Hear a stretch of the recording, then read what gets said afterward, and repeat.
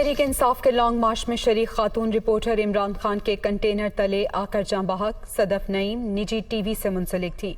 अफसोसनाक हादसे के बाद इमरान खान नीचे उतर आए। लवाहिकीन से ताज़ियत का इजहार।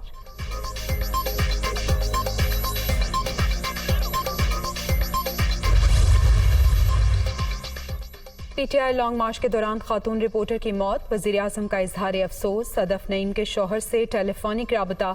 50 लाख रुपए इमदाद का ऐलान। मरियम नवाज का भी इज़हार ताज़ियत, मग़फ़िरत की दुआ।